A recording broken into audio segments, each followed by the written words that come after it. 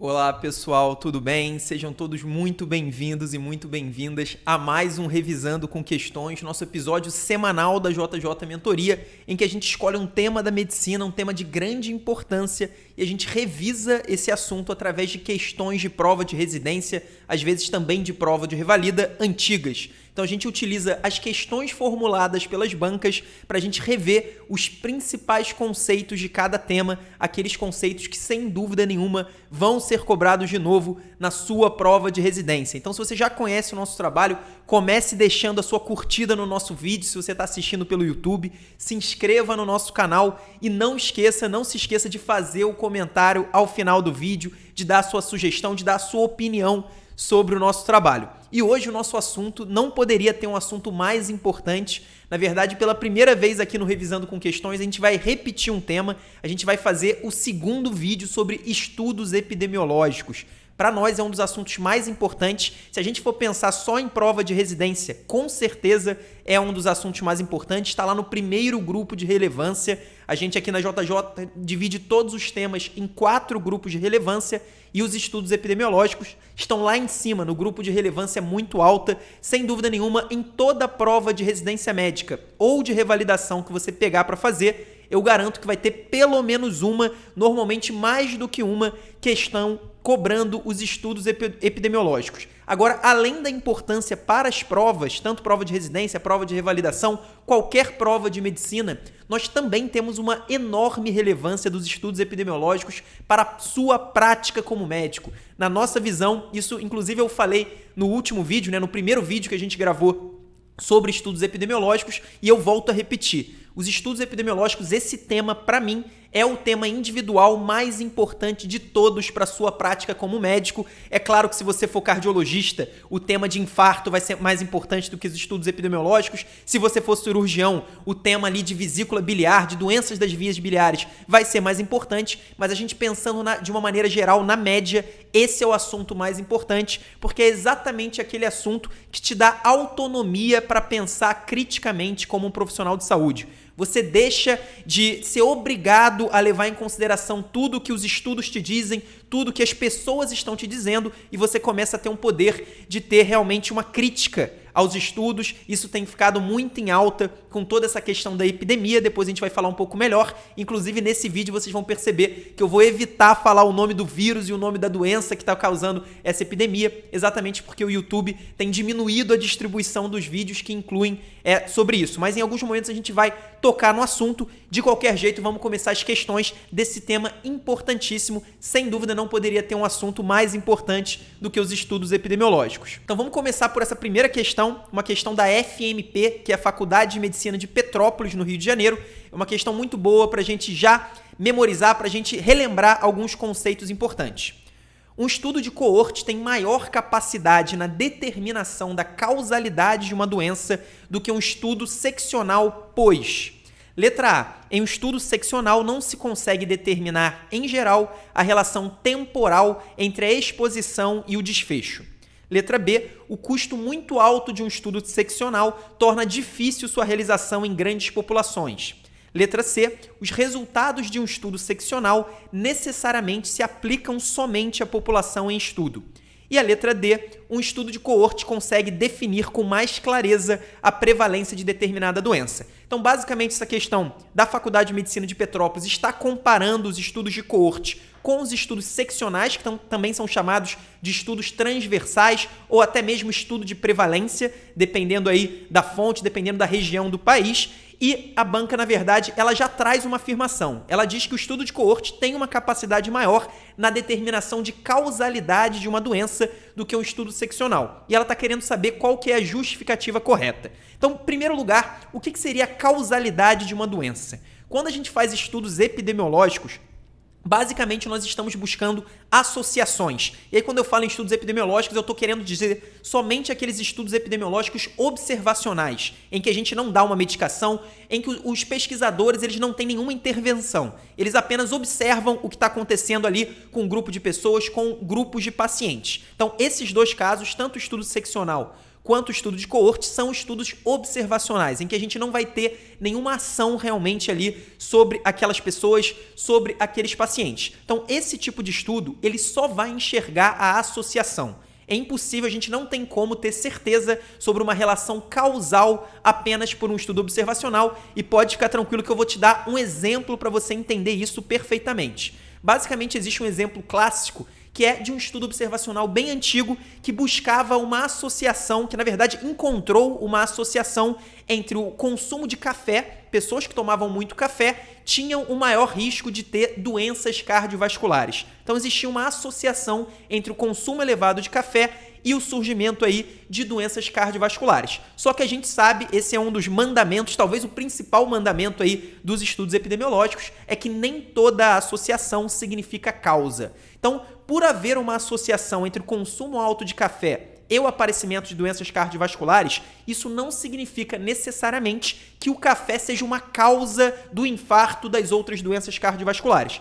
Na verdade, viu-se depois que existia um fator de confusão, um fator que estava associado tanto ao consumo de café quanto às doenças cardiovasculares e que justificava essa associação que a gente encontrou. E no caso era exatamente o tabagismo.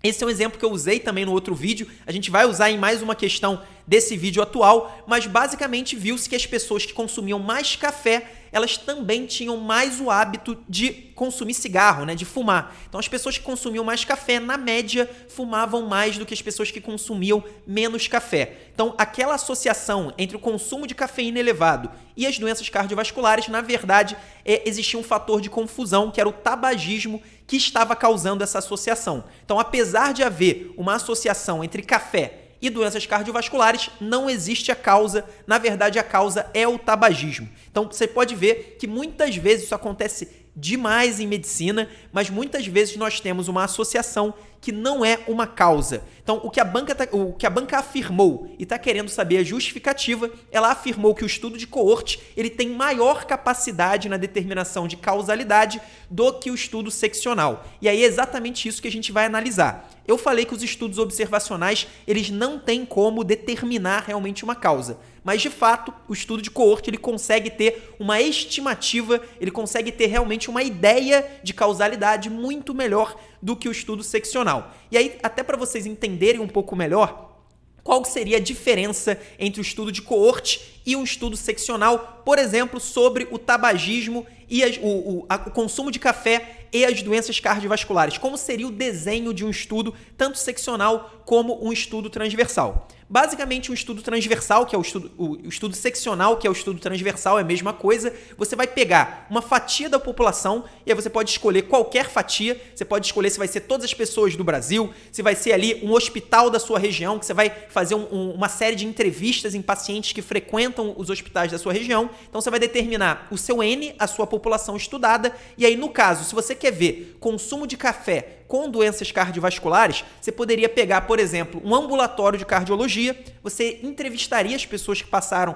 por aquele ambulatório, você ia ver quem tem doença cardiovascular, quem está lá por outro motivo, às vezes não tem, então você vai ver a prevalência de doenças cardiovasculares na sua população geral estudada, que nesse caso seria o ambulatório, e você vai ver também o consumo de café nessas mesmas pessoas. A partir desses dois dados, você poderia buscar associação entre um maior consumo de café e uma maior prevalência de doenças cardiovasculares. Então é basicamente isso. No mesmo momento que você está fazendo uma pesquisa, um inquérito, você quer saber se a pessoa tem ou não o desfecho que você está buscando, e aí o desfecho é a doença cardiovascular, e nesse mesmo momento você quer saber o fator de risco, quem tem o possível fator de risco que você está pesquisando, que no caso é o alto consumo de café. Então você vai ter os dados, quem consome mais, quem consome menos café, quem tem doença cardiovascular, quem não tem doença cardiovascular. Então esse seria um estudo transversal. Já o estudo de coorte ele é bem diferente. Nesse caso, a gente não quer pessoas que já têm o desfecho que a gente busca.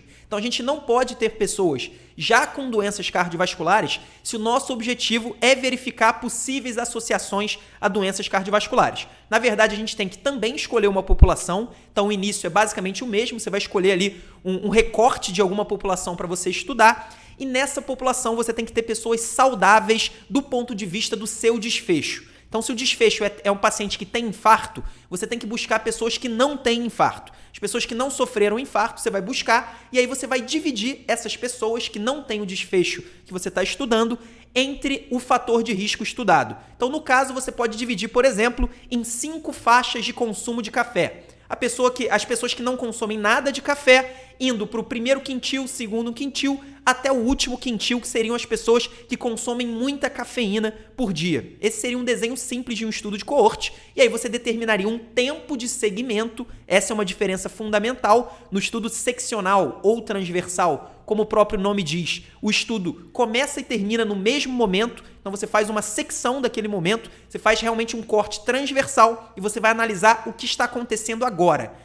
Já no estudo de coorte, você vai dividir a sua população estudada pelo fator de risco, no caso o consumo de cafeína, e você vai acompanhar essas pessoas por vários anos, por um período de tempo aí que você determinar. Então imagina que você vai fazer um acompanhamento por 20 anos, um grande estudo de coorte. E nesse caso você vai medir a incidência de doenças cardiovasculares, tanto na população que não consome café ou que consome muito pouco café, quanto na população que consome muito café, uma grande quantidade. E aí, a partir da incidência nesses 2 grupos, você vai chegar no risco relativo, que é o principal aí fator estatístico, resultado estatístico dos estudos de coorte. Então, vocês podem ver que o estudo transversal, ele realmente é transversal, ele é feito no mesmo momento. Já no estudo de coorte, ele tem um segmento mais longo. E aí, tudo bem. Até aí, tudo bem, vocês entenderam. Provavelmente você já entendia mais ou menos como era o estudo seccional do estudo de coorte. Mas por que, afinal, o estudo de coorte ele tem uma capacidade maior de determinar causalidade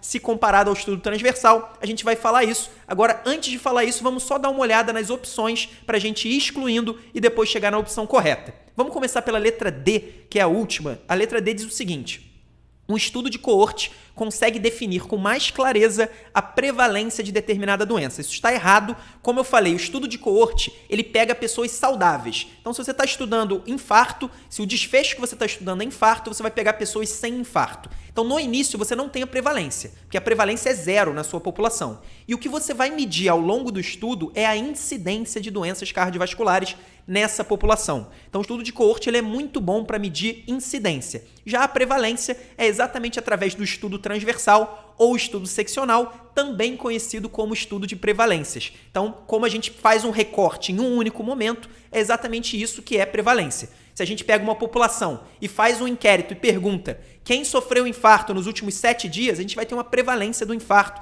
nesse momento. Então, basicamente, o estudo transversal, esse sim daria com mais clareza a prevalência da doença. A letra D está errada. Indo para a letra C diz o seguinte: os resultados de um estudo seccional necessariamente se aplicam somente à população em estudo. Na verdade, não.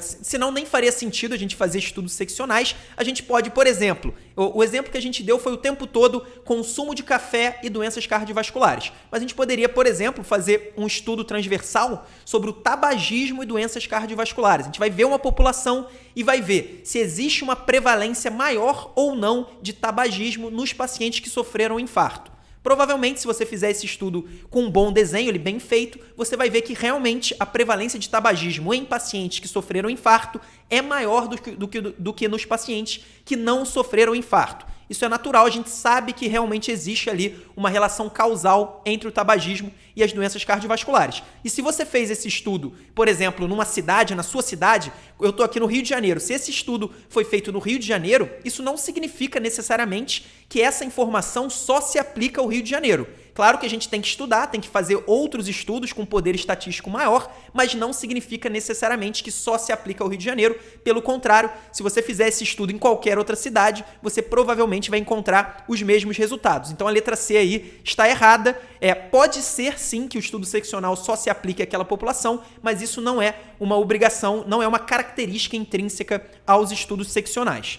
Agora, indo para a letra B, a letra B diz que o custo muito alto de um estudo seccional torna difícil sua realização em grandes populações. Pelo contrário, na verdade, o estudo seccional ele é muito mais barato que um estudo de coorte. É natural se você pensar que o estudo transversal você só faz em um dia praticamente, você faz em um único momento todo o recorte, tanto do fator de risco quanto do desfecho. Já o estudo de coorte você precisa fazer um segmento Normalmente é um segmento bastante longo, então o estudo de coorte é muito mais caro do que o estudo seccional. A letra B também está errada. Por fim, a letra A. A letra A é o gabarito, é a melhor resposta, sem dúvida nenhuma, mas é muito importante, eu vou explicar para você por quê. Primeiro, vamos dar uma olhada.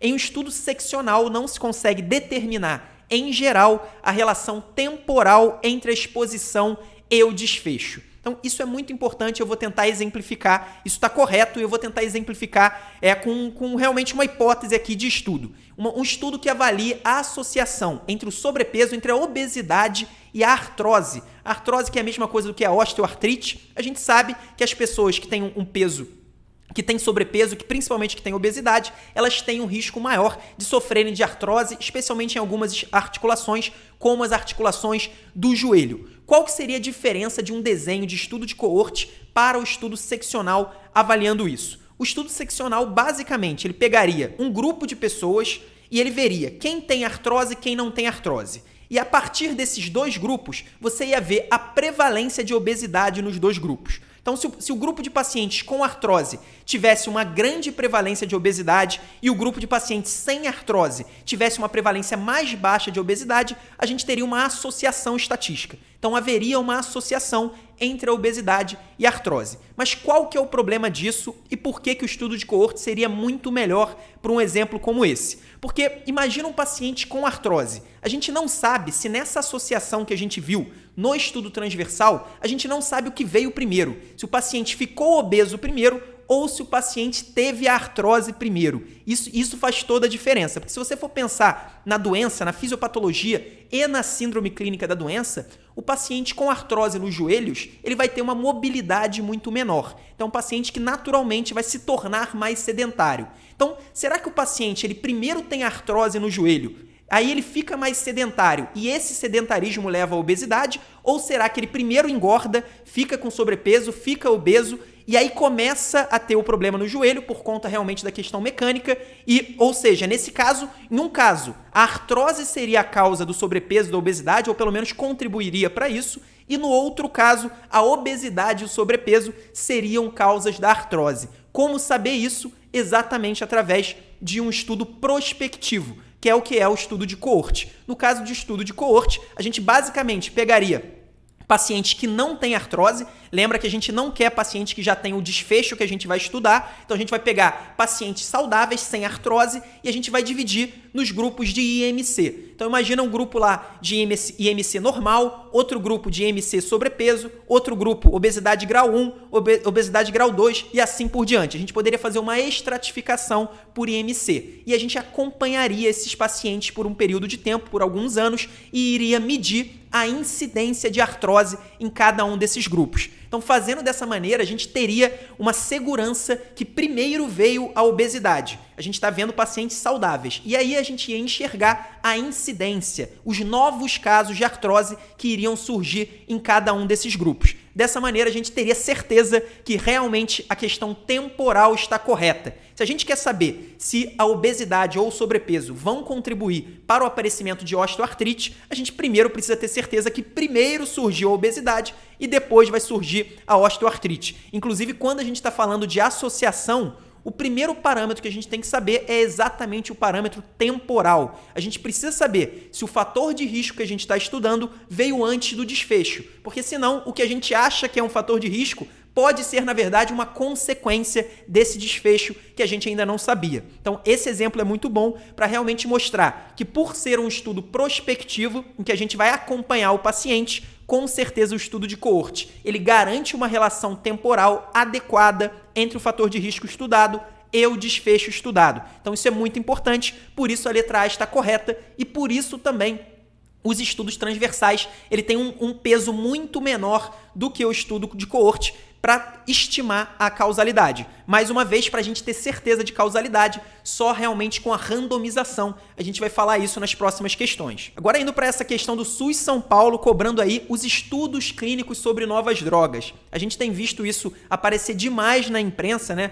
Novos medicamentos, novas vacinas aí que estão surgindo, que a gente espera que surjam para nos ajudar aí nessa luta contra o SARS-CoV-2, né? O novo vírus que está causando a epidemia, mas basicamente muita gente tem se confundido. Em primeiro lugar, estudos clínicos com novas drogas. Existe a fase clínica de estudo de uma droga ou de uma vacina e existe a fase pré-clínica. Quando a gente está falando em fase clínica, a gente está falando das fases em que o medicamento ou a própria vacina é testada em seres humanos. Anota esse primeiro ponto para você não esquecer, para não cair em pegadinha. Fase clínica igual a teste em humanos. Se for teste em laboratório, teste em animais, é uma fase pré-clínica que não costuma ser cobrada em prova. Então, isso que a banca do SUS São Paulo quer saber são as fases clínicas, que são 4 fases. A gente já pode ver ali que a letra A está falando em fase 5, a gente já sabe que está errado, porque são 4 fases e a gente vai falar mais ou menos quais são essas 4 fases a partir de agora. A primeira fase, antes de ler mesmo as opções, depois a gente vai vendo o que está certo e o que está errado,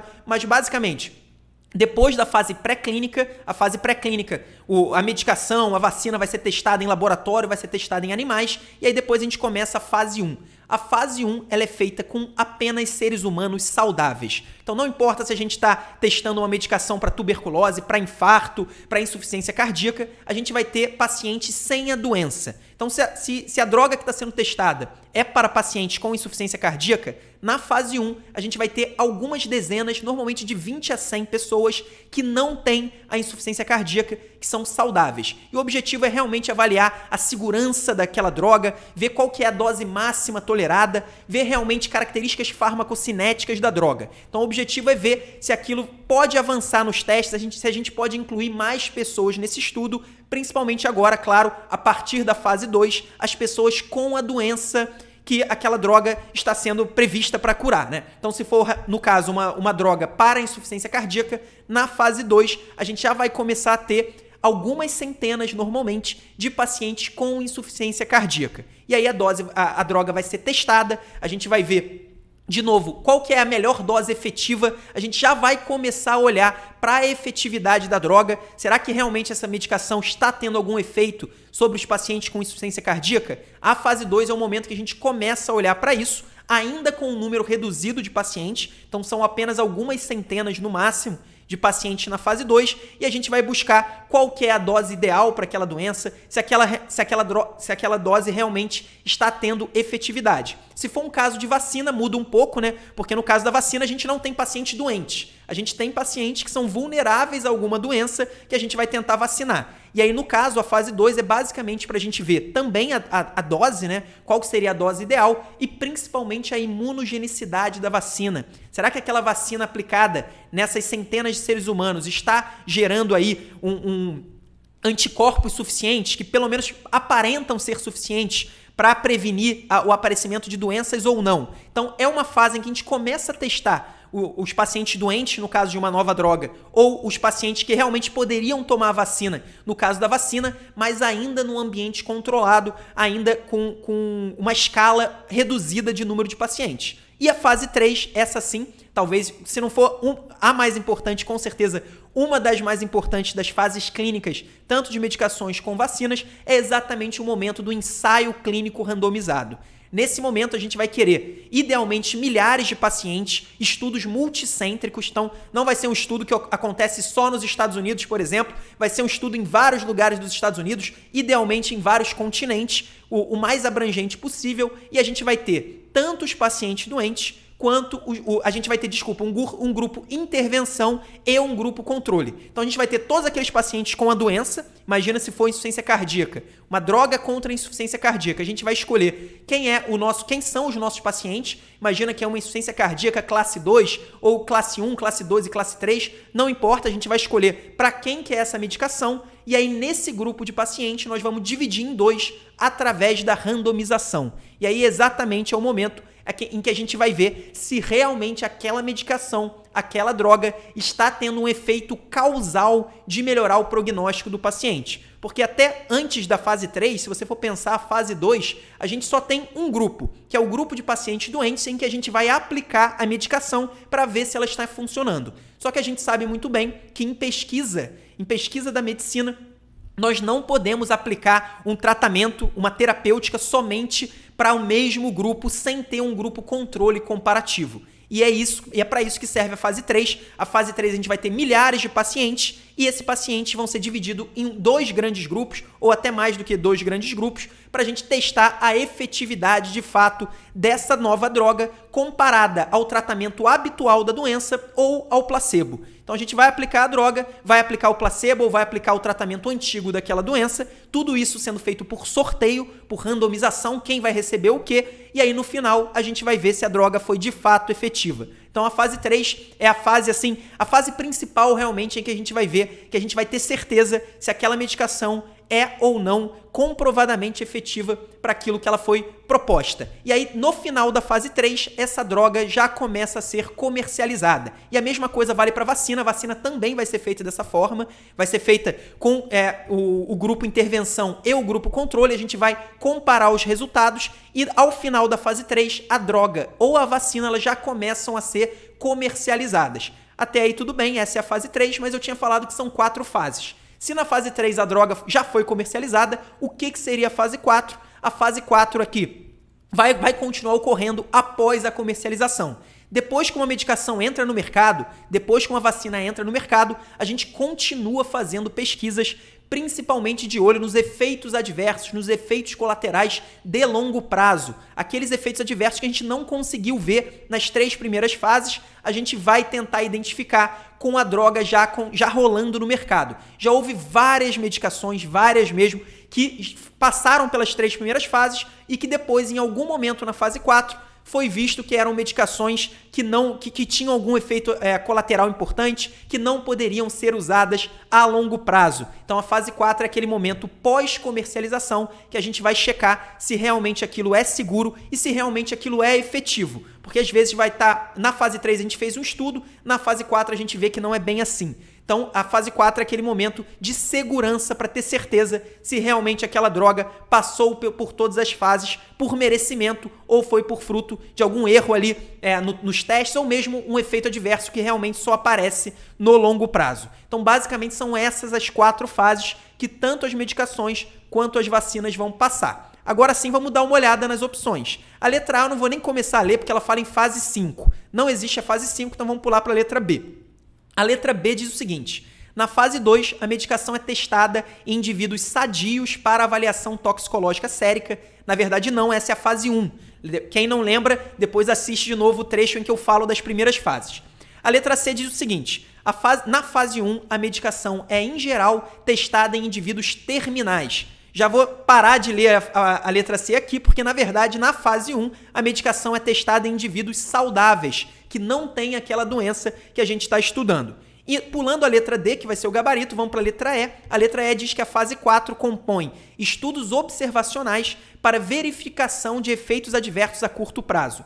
Baseados nesses estudos que as drogas são liberadas para comercialização, na verdade a gente vai verificar efeitos adversos a longo prazo e não curto prazo. A grande maioria dos efeitos adversos no curto prazo já foram vistos ali ou na fase 2 ou mesmo na fase 3, até na fase 1. Nas 3 primeiras fases das medicações, a gente vai olhar para os efeitos adversos de curto prazo. Os efeitos adversos de longo prazo, sim, são vistos ali na fase 4. Então, realmente, o gabarito é a letra D, que diz o seguinte: a fase 3 compõe ensaios clínicos randomizados. Baseados nesses ensaios que as drogas são liberadas para comercialização. É exatamente isso a letra D.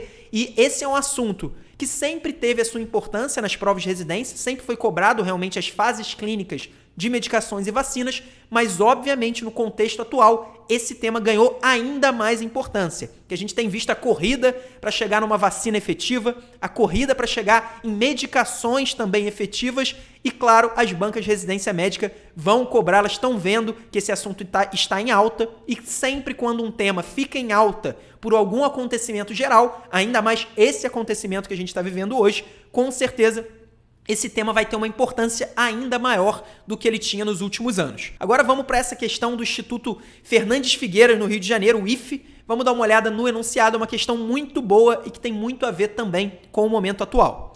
2 pesquisadores decidiram estudar o impacto da prescrição de progesterona vaginal na prevenção do parto prematuro entre gestantes adolescentes assistidas em unidades básicas de saúde da cidade do Rio de Janeiro.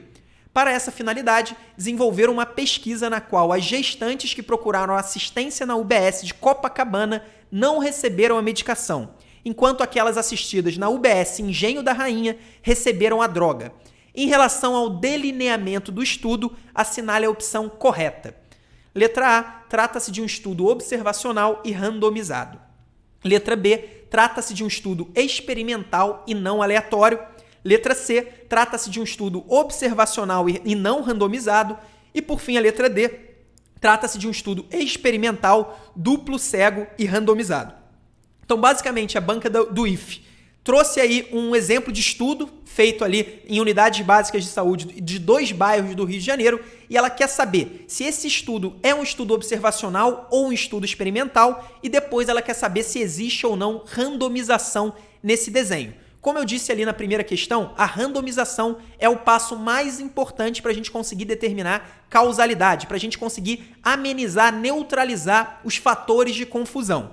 Nesse caso, basicamente, a gente quer ver a progesterona vaginal se ela tem efeito ou não em prevenir parto prematuro em gestantes adolescentes. Então, basicamente, o estudo é esse. O desfecho que a gente quer ver é parto prematuro, a gente quer ver, na verdade, redução de partos prematuros e a intervenção que a gente está fazendo é exatamente a progesterona vaginal. Por essa palavra que eu usei, a intervenção, a gente já pode ver que, de fato, é um estudo experimental. Nós não estamos observando a conduta de diferentes profissionais. Imagina que a gente estivesse, por exemplo, vendo em 3 hospitais de qualquer cidade pacientes que são tratadas com progesterona vaginal e pacientes que não são tratadas com progesterona vaginal. Nesse caso, a gente teria 2 grupos e a gente poderia avaliar os desfechos desses 2 grupos. Só que a grande diferença dessa hipótese que eu falei para o que a banca do IFE está dizendo é exatamente que no que eu falei, a gente está apenas observando pacientes que estão sendo tratadas com progesterona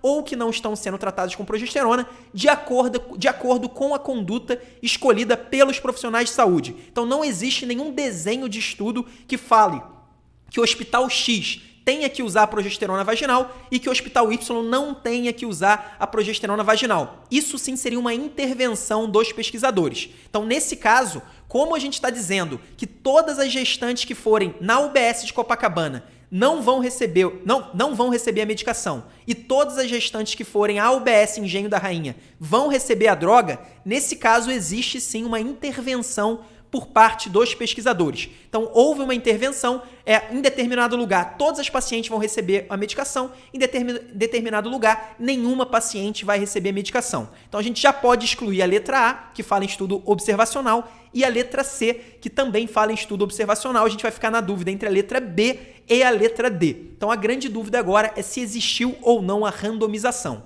A randomização nada mais é do que quando o paciente que vai receber o tratamento e o paciente que vai receber o placebo, vai ser do grupo controle, eles são pacientes determinados por um sorteio, por uma coisa totalmente aleatória, realmente por uma randomização. Nesse caso, a gente pode ver que não houve nenhum sorteio. Na verdade, foi determinado pelos pesquisadores que em determinada UBS, no caso, a UBS de Copacabana, os pacientes não vão receber a progesterona, as pacientes não vão receber a progesterona, e na UBS Engenho da Rainha, as pacientes vão receber a progesterona. Ou seja, não houve absolutamente nenhuma randomização. E se a gente for pensar, se a gente for avaliar, esse tipo de não randomização, ele abre espaço para diversos fatores de confusão.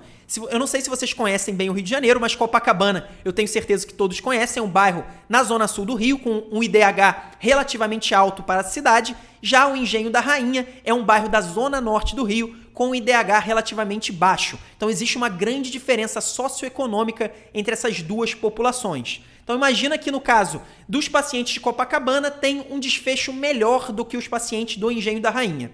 O que vai nos assegurar que o que causou esse desfecho foi a droga, foi o uso da progesterona, ou na verdade foi o não uso da progesterona, ou se foram as condições socioeconômicas. Nesse caso, as condições socioeconômicas, sem dúvida nenhuma, elas seriam um grande fator de confusão. Então vocês estão vendo aqui, essa é a prova que esse estudo ele não foi randomizado, ele não foi escolhido. Os pacientes do grupo intervenção e do grupo controle de forma aleatória, na verdade foi uma escolha arbitrária e que vai tornar esse estudo muito vulnerável a fatores de confusão. Eu dei o exemplo das condições socioeconômicas, mas pode ser quaisquer fatores de confusão. Pode ser que, por exemplo, no caso da UBS de Copacabana, haja um atendimento pior do que na UBS do Engenho da Rainha. Imagina que a UBS do Engenho da Rainha seja mais bem administrada, tenha um fluxo de pacientes melhor, tenha um número de pacientes por profissionais de saúde menor do que de Copacabana. Lá a UBS de Copacabana pode ser uma confusão, os pacientes podem não conseguir acompanhamento pré-natal. Nesse caso, isso também seria um fator de confusão importantíssimo. Então, vocês podem ver que quando não há a randomização, na verdade, o estudo fica vulnerável a diversos fatores de confusão. Se a gente for olhar nossas duas últimas opções, a letra B e a letra D fala em estudo experimental, duplo cego e randomizado. Não há randomização e também não há esse duplo cego. Duplo cego é quando o próprio paciente e o profissional não sabem quem está no grupo intervenção, quem está no grupo controle. No caso, se a paciente sabe que todo mundo do Engenho da Rainha vai receber a progesterona e o médico também sabe, significa que não há cegamento nesse estudo. É mais uma limitação desse desenho aí sugerido pela banca do IFE. Então, com certeza, o nosso gabarito vai ser a letra B. Trata-se de um estudo experimental e não aleatório. Com certeza, esse foi o desenho desse estudo. E aí, para não deixar de falar, eu trouxe essa questão muito porque a gente está vendo uma grande polêmica em relação a alguns estudos tentando testar a cloroquina contra o SARS-CoV-2. Então, a gente tem testado a cloroquina, a gente sabe que a cloroquina ela chegou a bom nível de efetividade in vitro contra o vírus e agora, claro, estão sendo feitos os testes em humanos. E recentemente a gente saiu um pré-artigo, que é um pré-print, o artigo ainda não foi publicado de fato em alguma revista indexada, mas saiu uma prévia desse artigo, um artigo brasileiro, que demonstrou uma possível efetividade da cloroquina em casos leves de pacientes infectados pelo SARS-CoV-2. Mas o grande problema desse estudo foi exatamente o desenho completamente não aleatório. Por quê? Como é que foi definido o grupo intervenção e o grupo controle nesses casos? Basicamente, os pacientes eram atendidos por telemedicina e o médico profissional, ele oferecia o tratamento com a cloroquina para pacientes sintomáticos. Então, o paciente estava com tosse, estava com febre, o médico lá por telemedicina ofereceu a hidroxicloroquina. E quem aceitava ou não era o paciente. Se ele aceitasse a medicação, ele ia para o grupo intervenção. Se ele não aceitasse, ele iria automaticamente para o grupo controle. Ou seja, não houve nenhum sorteio, nenhuma randomização. Houve, na verdade, um grande viés de seleção para o grupo intervenção e para o grupo controle. E aí a gente pode imaginar diversas maneiras, diversos possíveis fatores de confusão. Será que os pacientes que aceitaram a medicação eram pacientes mais sintomáticos? Será que os pacientes que não aceitaram a medicação eram pacientes com uma capacidade de entendimento, uma capacidade intelectual menor, não conseguiram entender a medicação? Ou será que os pacientes que aceitaram a medicação, eles tinham mais dinheiro, eles eram mais propensos a gastar dinheiro numa droga que possivelmente não tem efeito, numa droga somente experimental. Então existem várias hipóteses, são só algumas que eu levantei aqui, mas na verdade, sempre que a gente não tem randomização, existe uma infinidade de possíveis fatores de confusão. Claro que esse estudo que eu estou citando, na verdade esse pré-estudo, essa prévia desse estudo ainda não foi publicado, então a gente ainda não sabe exatamente como foi o desenho, mas é um estudo que já tem criado muita polêmica e levanta mais uma vez a importância da randomização e do método científico para a gente ter certeza da efetividade de drogas, da segurança também de drogas, porque até pode até ser que a hidroxicloroquina tenha efeito sobre o vírus, tenha efeito sobre o SARS-CoV-2. Mas será que esse efeito supera os possíveis efeitos adversos ou não?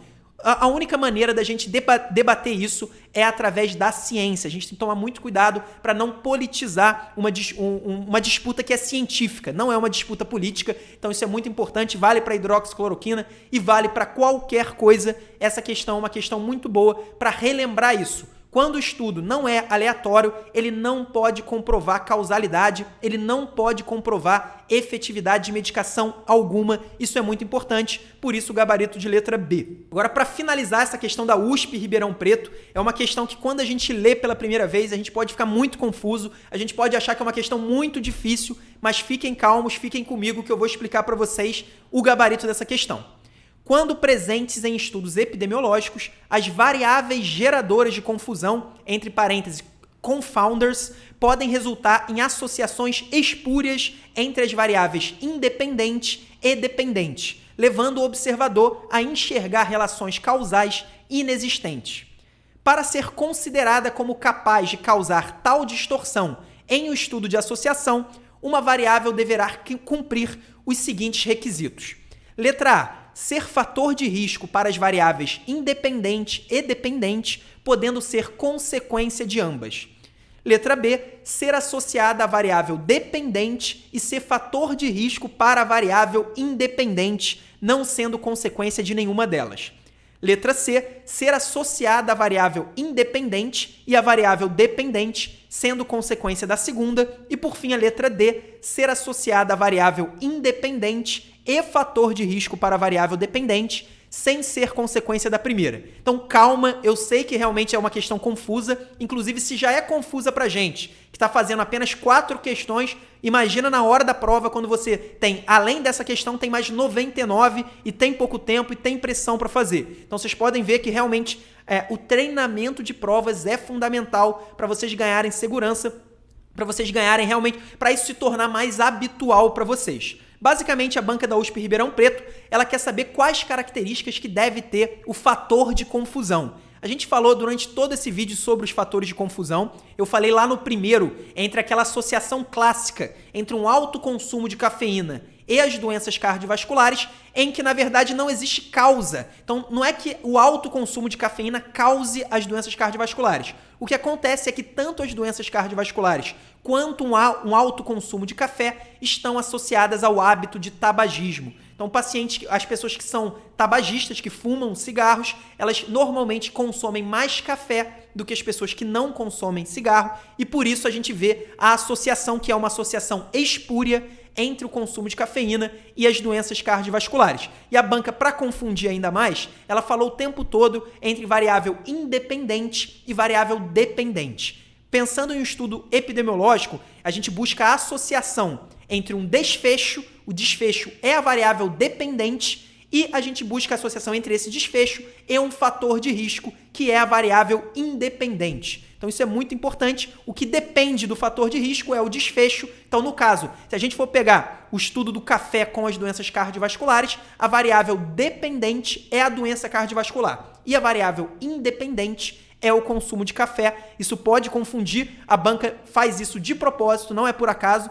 que ela coloca aí nomenclaturas que tornam a questão ainda mais confusa. Ela vai tentar te confundir, sem dúvida nenhuma. Essa é uma questão difícil, que pouca gente acerta, não tanto pelo conteúdo, mas principalmente por esses termos. E aí eu queria chamar agora a sua atenção, porque a banca, você viu que além de falar de fator de risco associado à variável dependente, variável independente, ela falou sobre consequência de uma delas. E aí, basicamente, eu vou te usar um exemplo também, mais um exemplo para a gente ver dos estudos epidemiológicos. Normalmente esse é o tipo de assunto que se a gente não exemplificar, se a gente não colocar de forma concreta na nossa cabeça, é muito difícil de entender. E aí, basicamente, eu quero que você imagine um estudo que tente linkar a obesidade às doenças cardiovasculares. Eu tenho falado o tempo todo de café ou de tabagismo com as doenças cardiovasculares, mas nesse caso você vai ver a obesidade. Então imagina que a gente tem 2 grupos de pacientes, e esses grupos de pacientes têm um grupo de pacientes obesos, com IMC, por exemplo, acima de 30, e a gente tem os pacientes com peso normal, com IMC abaixo de 25. E a gente vai ver, se for um estudo de coorte, por exemplo, a gente vai seguir esses pacientes e vai ver a incidência de doenças cardiovasculares nesses 2 grupos. Se a gente for pensar, esse não é um estudo de intervenção, é um estudo observacional, então ele não tem a capacidade de determinar uma causalidade. Mas com certeza, se a gente fizer esse estudo, a gente vai encontrar uma incidência muito maior de doenças cardiovasculares nos pacientes com obesidade, especialmente quando a obesidade é grave, do que nos pacientes com peso normal. Isso a gente sabe por uma questão realmente de acúmulo de evidências científicas sobre o assunto. Só que se a gente for esmiuçar esses dados, dentro do paciente com obesidade, nesses pacientes que têm obesidade, existem vários possíveis fatores de confusão. Porque a gente sabe que o paciente que é obeso, ele tem um risco maior de ser sedentário. Da mesma maneira, um paciente que é obeso, ele tem um risco maior de ter um colesterol alto, de ter a pressão alta, de ter um descontrole glicêmico. Então, existem vários possíveis fatores de confusão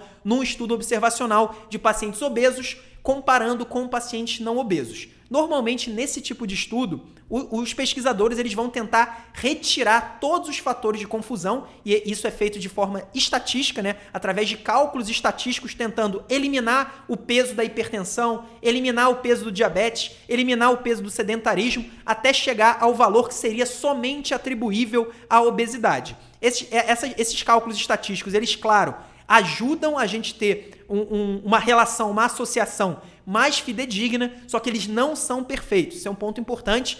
O que vai gerar causalidade, o que vai realmente provar causalidade são os estudos aleatórios, são os estudos randomizados, não são os estudos observacionais. De qualquer jeito, esse tipo de uso da estatística, ele vai ser importante. Mas por que eu estou falando tudo isso e o que tem a ver com essa coisa? Porque, por exemplo, a letra C diz o seguinte: o fator de confusão ele deve ser associado à variável independente e à variável dependente, sendo consequência da segunda. E a letra D diz que o fator de confusão ele deve ser associado à variável independente e um fator de risco para a variável dependente, sem ser consequência da primeira. Se a gente for pegar o fator de confusão que a gente já viu, que é o tabagismo na relação de café e doenças cardiovasculares, o tabagismo ele é associado à variável independente. Então, no caso, a variável independente seria um alto consumo de café, e a gente já sabe que pessoas que fumam mais têm um hábito maior, costumam ter um hábito mais presente de consumir mais café e de fumar. Então, são dois hábitos que andam colados um no outro, e ao mesmo tempo o tabagismo também é um fator de risco para a variável dependente. No caso, a variável dependente são as doenças cardiovasculares. Então, o tabagismo ele se encaixa nesses dois fatores.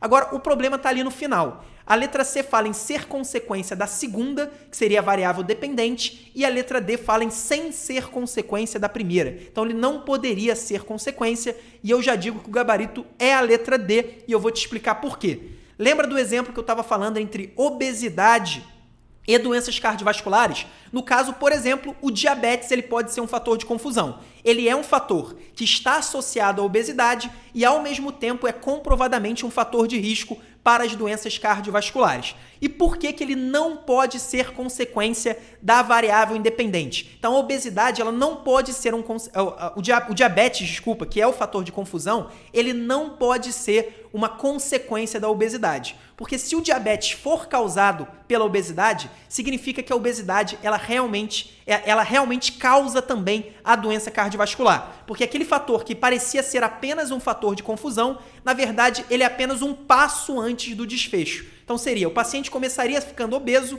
depois ele faria um diabetes, ele começaria a ter um descontrole glicêmico e, por fim, ele iria para as doenças cardiovasculares. Nessa hipótese, o diabetes, ao invés de ser um fator de confusão, ele vira, na verdade, um passo entre a obesidade e as doenças cardiovasculares. Eu não estou falando que é exatamente isso, a gente sabe que a obesidade ela é um fator também único para doenças cardiovasculares, ela não está somente associada primeiro ao diabetes, mas de qualquer jeito é exatamente isso que é um fator de confusão. O fator de confusão ele tem que estar associado tanto ao desfecho quanto ao fator de risco, mas ele não pode ser uma consequência do fator de risco. Se ele for uma consequência do fator de risco, ele não é um fator de confusão, ele é apenas uma etapa antes da gente chegar no desfecho. Se a gente for lembrar do tabagismo como um fator de confusão no café e a doença cardiovascular, vocês vão ver que o tabagismo não é uma consequência do ato de você tomar café. Então, nem todo mundo que toma muito café vai ter o tabagismo. Na verdade, não existe nenhuma relação causal. É apenas uma relação de hábito. É mais comum que as pessoas que tomem muito café fumem. Então, se fosse, na verdade, todo mundo que toma muito café aumenta o risco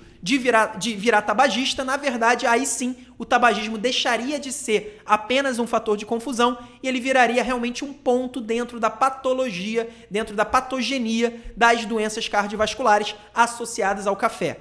Pode ter ficado confuso, se ficou, assista de novo esse trecho, que é um trecho muito importante. Se você entender a dinâmica dos fatores de confusão, eu garanto que você vai acertar muitas questões em prova de residência, inclusive aquelas questões que a maioria dos candidatos vai chutar. Esse tipo de questão, normalmente no meio de uma prova de 100, a pessoa simplesmente, se ela não tiver um domínio sobre o tema, ela não vai nem tentar entender cada opção. Ela simplesmente vai dar um chute e vamos lá. Então, por isso, acertar esse tipo de questão é um grande diferencial para qualquer prova e, obviamente, isso também é um grande diferencial para a sua prática como médico. Eu tenho certeza que se você dominar o que é causalidade, o que é associação e como os fatores de confusão podem agir em diversas associações que a gente vê por aí, eu tenho certeza que você vai se tornar um profissional acima da média e vai ser capaz de ter uma visão crítica sobre todas as condutas que você toma no seu consultório, no seu dia a dia. Bom, pessoal, essas foram as 4 questões de hoje.